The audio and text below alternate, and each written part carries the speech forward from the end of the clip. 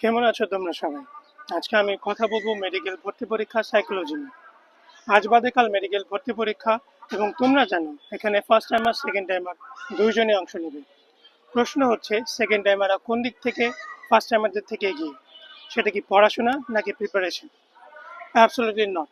পড়াশোনা বা প্রিপারেশন দুজনেরই সেম এবং সেকেন্ড টাইমাররা এই কারণে এগিয়ে না। তাহলে প্রশ্নটা হচ্ছে তারা কোন দিক থেকে এগিয়ে? The answer is psychology. For example, আমি নিজে ছিলাম একজন সেকেন্ড টাইমার অ্যান্ড আমি যখন পরীক্ষা দিই 30টা প্রশ্ন দাগানোর পর 31 নম্বর প্রশ্নে আমার একটি জানা প্রশ্ন ভুল হয়ে যায়। আমার কাছে দুইটা অপশন ছিল, নার্ভাস হয়ে যেয়ে বাকি 70টা অপশন ভুল করা এবং চান্স মিস করা, আর অপশন নাম্বার 2, কাম কুল থেকে নিজে চান্স সিকিউর করা।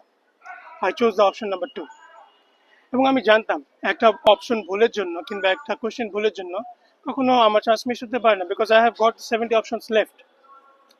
অ্যান্ড তোমাদের এই জিনিসটা আমি বলতে চাই যে তোমরা যারা কোচিং সেন্টারে পরীক্ষা দাও তারা দেখা যায় 90 থেকে 100-এর ভিতর মার্ক পাও, অনেকে 80 to 90 মার্ক পাও।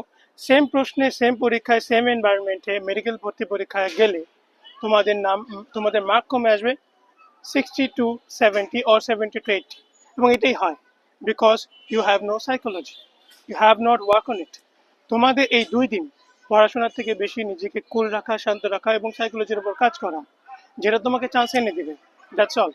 Stay strong.